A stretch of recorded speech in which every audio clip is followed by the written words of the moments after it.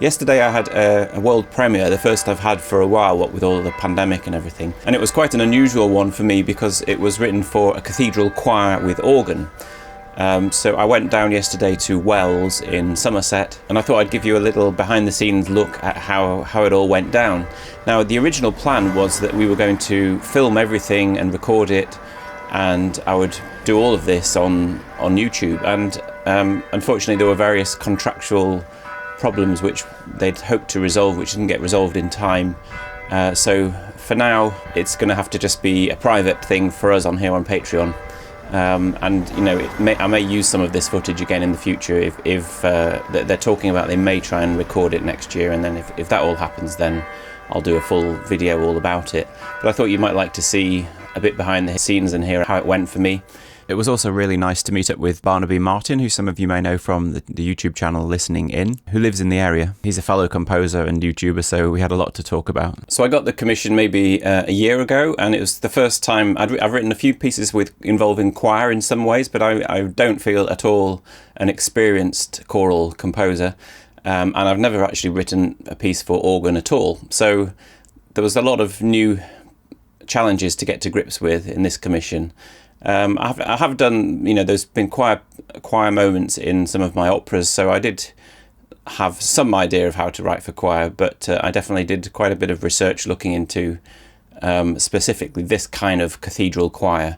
So the main difference, you know, a choir will usually have SATB, soprano, alto, tenor, bass, but here the sopranos are all children, they're all the choristers, and it's actually a mixture of boys and girls. Sometimes it's only boys, but here it was both. And all of the other three parts are done by male professionals. So the alto line is a countertenor and the tenor and bass as normal, and I think there was 3 or 4 singers per line there. And that somehow kind of balances up, even though there was like 30 odd kids in the soprano or the descant line, then that all balances out. So it's effectively just a 4-part piece.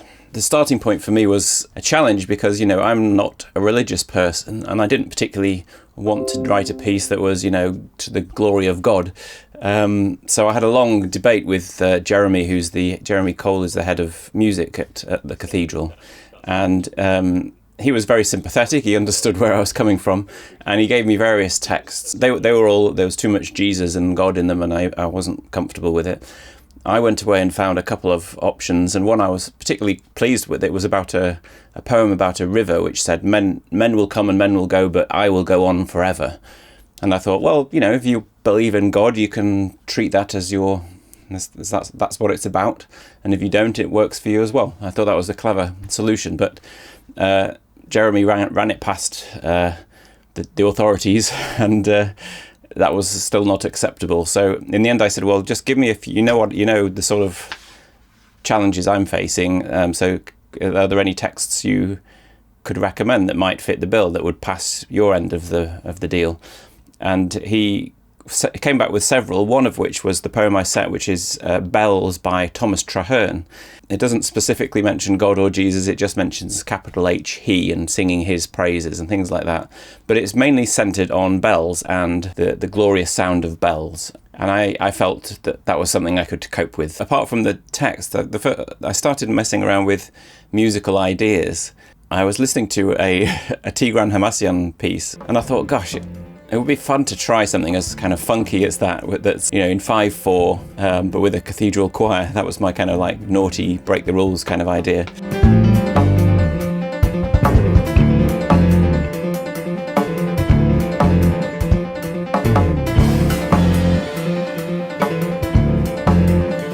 So I started messing around, and actually an idea that makes it into the piece has a hint of that Tigran, the sort of minor third bass repeating idea.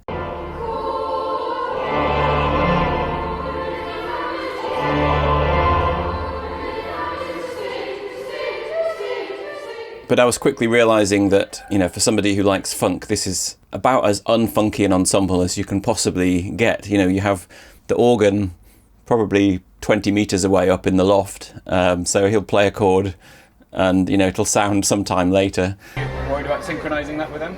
I will just count and go, and they'll have to synchronise with you. Yeah, well, they'll do their thing, and yeah. So, you know, trying to figure out where the one is challenging enough in that kind of setting. And of course, you also have this huge reverb time in the cathedral. So altogether, it was probably a bad idea, but I kind of pushed through and to some extent used some of these ideas to get started at least on the piece.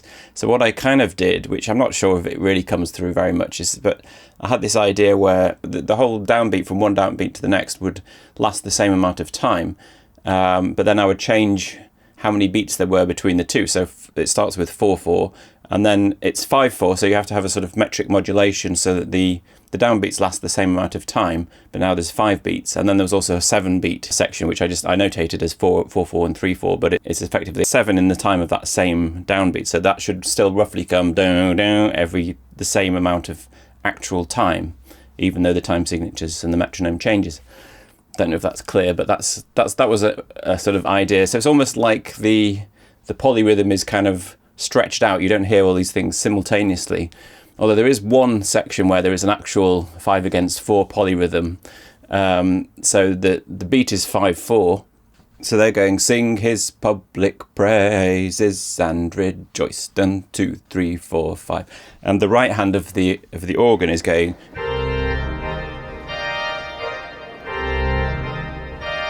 Doing in 4 against that. So if you listen out for that, you might just hear a 5/4 polyrhythm. I don't know how many times that's been done in a cathedral church, in a cathedral choir before. It'd be interesting to know. And there may be a good reason why it doesn't get done very often. Before the rehearsal started, I managed to grab a moment with the organist, Alex, who did a great job, and he talked me through a couple of the places.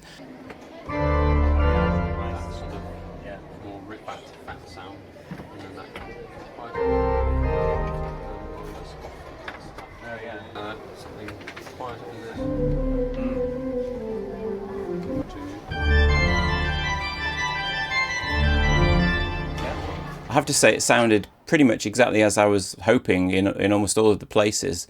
Certainly when I was sitting with him there, I was very happy with all the sounds he came up with.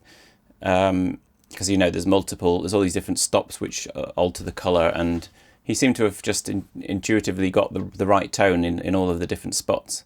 There were a couple of times when I was sitting down below where some of the lines didn't come through in the same way, and that's one of those things that is a sort of premiere situation, which I'll talk about in a second. So some of the parts didn't come through exactly as I was hoping, but overall I was really happy with the organ part and how it came across. So I don't think before I'd arrived they'd ever actually managed to have a run through, and I don't think they'd even sung all together with the organ. I was expecting that perhaps in this kind of setup where it's an independent, permanently funded institution, that there'd be loads of time to rehearse and they'd get everything nailed to the spot. But it seemed like time was as tight as any contemporary music concert, if not more so. So we had probably half an hour just right before the concert where Jeremy was running through the difficult spots, but they didn't actually have time to run the whole 5-minute piece. And some of those spots were still definitely in need of work at that point. So I was definitely a little nervous after the rehearsal. I was feeling like it didn't feel ideal that there was so little time to work on stuff.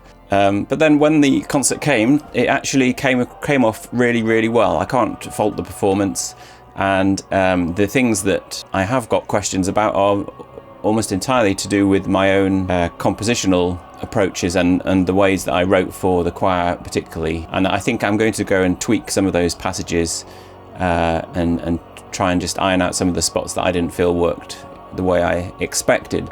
It's as complex a sort of thing to orchestrate for, in a way, as an orchestra, a mixed band of orchestra. I think there's a tendency maybe to think of it like a string section where everything's so nicely balanced that most things will kind of gel and work. But actually, surprisingly, in the choir, things really do stick out surprisingly much in some places. There were some parts where it was a bit louder than I intended in the basses, or a line over here didn't blend as well as I thought it would, or things like that. So there's a few tweaks that I want to do. I think the part I was most happy with was the whole ending section, which has this quite rousing kind of harmony and building up to a big climax, and then this overlapping scale texture imitating bell sounds in the closing passage, which I thought all of that worked pretty nicely. My wife always says, just get the beginning and the end right, and it doesn't really matter. No one will remember what happens in between.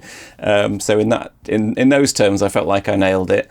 But I think I will still go and try and improve some of the middle sections. And just as an entirely Patreon only, please note that somebody had made this joke, or I can't remember whether I'd spotted it or somebody had found it, but there's a line that goes, "Chime in our souls." Can you see where this is going? And as soon as I heard it live, I imagined this going out on YouTube and the comments of "chime in arseholes." So I have to decide whether I try and tweak that somehow so that it's less apparent, or just to hell with the little kids who giggle at that sort of stuff and keep it in. Maybe it'll make it go viral, who knows. I think one of the things that I really noticed was being aware of the beginning and the end of words. There was some times where I just casually written a half note and it had carried on longer than I really intended.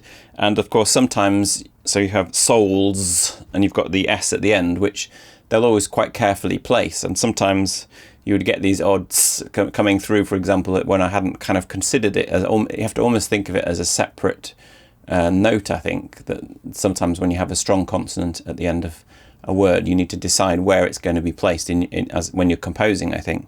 And I had sort of thought about that, but not in all cases. There was definitely some moments where I need to think about that a bit more. So I'm going to play you the whole thing with the score here as it was sneakily recorded by me yesterday. This is definitely not for public release, because it would be, breaking everyone's contracts. So, let's keep it amongst ourselves.